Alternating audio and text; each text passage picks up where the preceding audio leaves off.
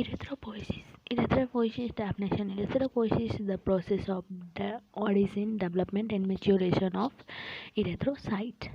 Now, stages of erythropoiesis. The various stages between CFUE and mature RBC are: first, proerythroblast; second, early normoblast; third, intermediate normoblast; fourth, late normoblast; fifth, reticulocyte; sixth, mature erythrocyte. First, proerythroblast, that is also known as megaloblast. First cell derived from CFUE. Actually में क्या होता है ना कि इसका size बहुत बड़ा होता है, जिसका डायमीटर एटलीस्ट होता है 20 माइक्रोमीटर। न्यूक्लियस लार्ज होता है, ऑक्यूपाई करता है पूरे सेल को almost completely. Nucleus has 2 or more nuclei होता है and reticular network does not contain haemoglobin. Haemoglobin नहीं होता है। साइटोप्लाज्म बेसोफिलिक होता है नेचर में। Now the proerythroblast multiply several times. Proerythroblast multiply करता है several times and finally form करता है cell of next stage that is called early normoblast. अब हम बात करते हैं अर्ली नॉर्मोब्लास्ट। इसमें क्या होता है कि ये लिटिल स्मॉलर होता है दैन प्रोइरेथ्रोब्लास्ट सेल से, जिसका डायमीटर 5 के डिफरेंस पे कम हो रहा है, about 15 micrometre. In the nucleus में क्या होता है, न्यूक्लियोलाई जो होता है वो डिसअपेयर होता है।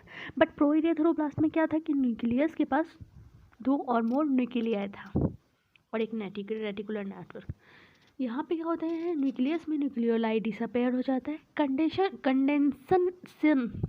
कंडेंसेशन हो जाता है क्रोमैटिन नेटवर्क का, कंडेंसेशन ऑफ क्रोमैटिन नेटवर्क का कर the condense network become dense. Condense जो नेटवर्क बनता है वो घना होता है।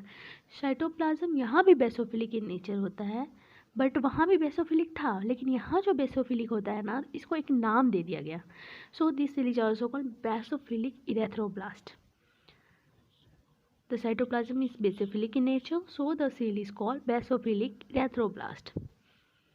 The cells develop to next stage that is called intermediate normoblast. अब बात करते हैं हम लोग इंटरमीडिएट नॉर्मोब्लास्ट का।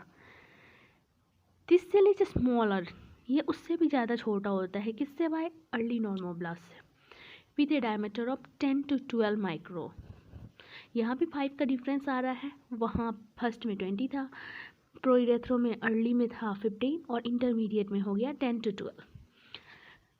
न्यूक्लियस इज स्टिल प्रेजेंट, यहाँ पे भी न्यूक्लियस प्रेजेंट होता है, but chromatin network show further condensation, लेकिन क्रोमैटिन नेटवर्क का और यहाँ पे ज़्यादा कंडेंसेशन होने लगता है।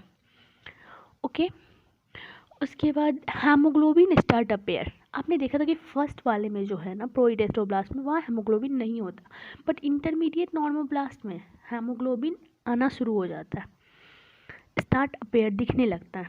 Cytoplasm is already basophilic. Cytoplasm तो यहाँ पे भी बेसोफिलिक होता है, not because of presence of haemoglobin के प्रेजेंस की वजह से। It stand with acidic as well as basic stand. इसको जो कलर किया जाता है, स्टैनिंग किया जाता है, वो एसिडिक से भी हो सकता है और बेसिक से भी हो सकता है। So this is cell is called, इसलिए इस सेल को क्या कहते हैं, पॉलीक्रोमोफिलिक और पॉलीक्रोमैटिक इरेथ्रोब्लास्ट। तो हम लोग इंटरमीडिएट में जल्दी से समराइज़ करते हैं कि इंटरमीडिएट में हमने क्या पढ़ा।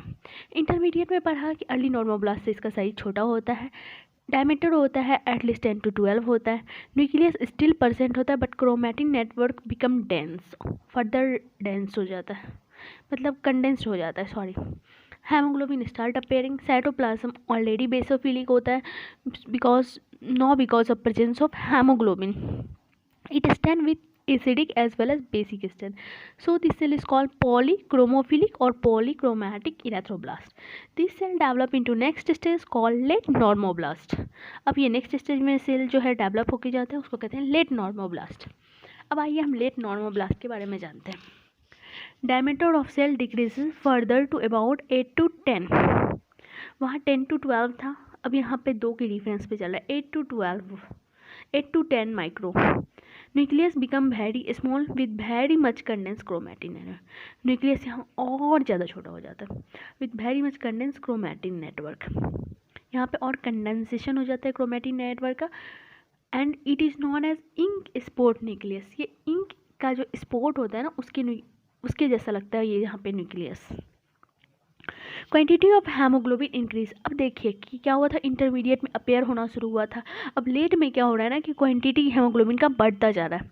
साइटोप्लाज्म बिकम ऑलमोस्ट एसिडोफिलिक हो जाता है। अब यहाँ लेट में क्या हुआ ना, साइटोप्लाज्म जो होता है एसिडोफिलिक हो जाता है। So the cell is called orthochromic इरेथ्रोब्लास्ट।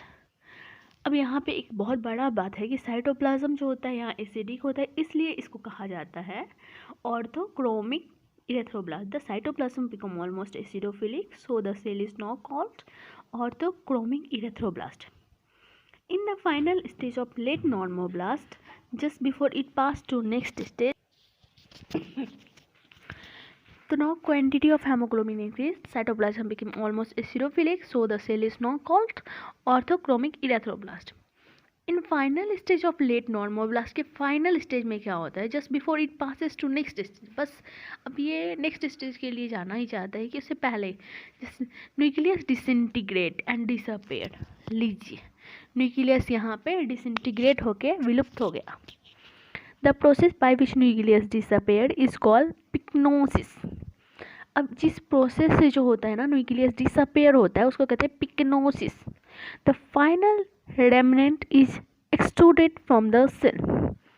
Late normoblast develop into next stage called reticulo। अब लेट नॉर्मोब्लास्ट जो होता है डेवलप होके नेक्स्ट स्टेज में जाता है कॉल्ड रेटिकुलोसाइट। अब नॉन रेटिकुलोसाइट के बारे में अब बात करते हैं।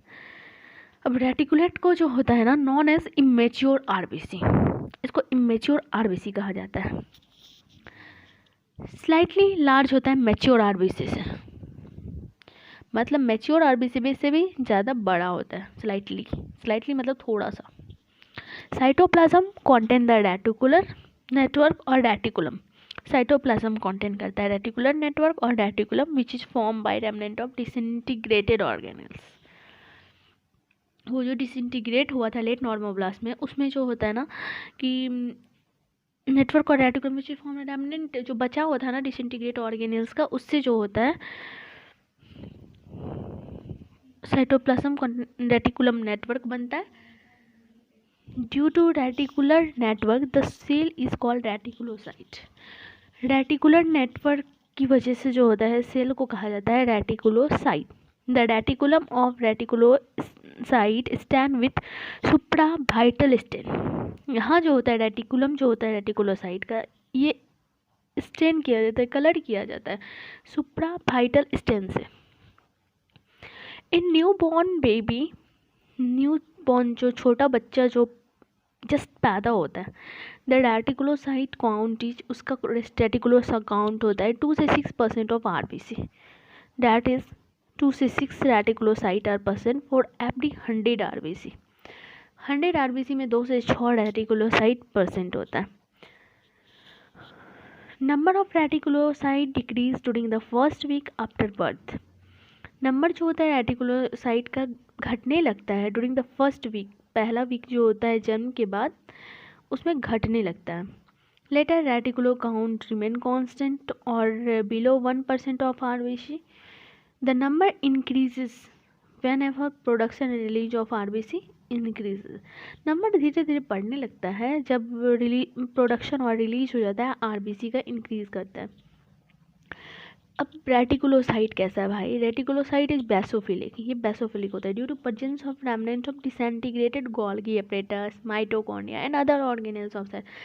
इसमें क्या होता है रेटिकुलोसाइट बेसोफिलिक होता है ड्यू टू, क्योंकि इसमें प्रेजेंट होने लगता है रेमनेंट्स बचा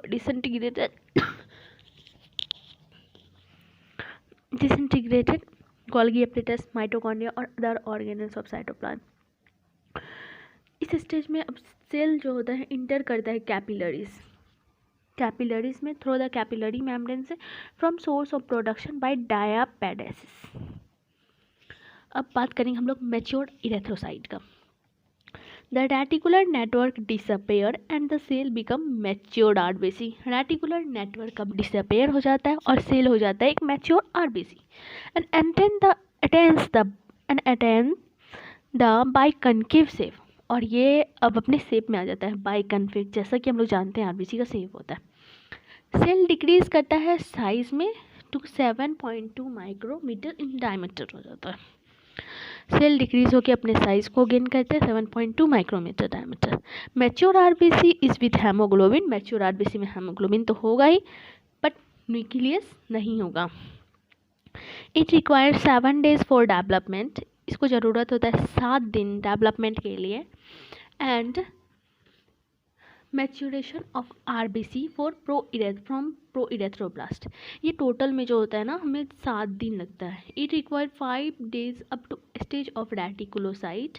इसको 5 दिन लगता है रेटिकुलोसाइट वाले स्टेज में आने में। The reticulocyte take 2 days more to become, और रेटिकुलोसाइट 2 दिन लेता है तो फॉर्म हो जाता है मैच्योर आरबीसी। Thank you.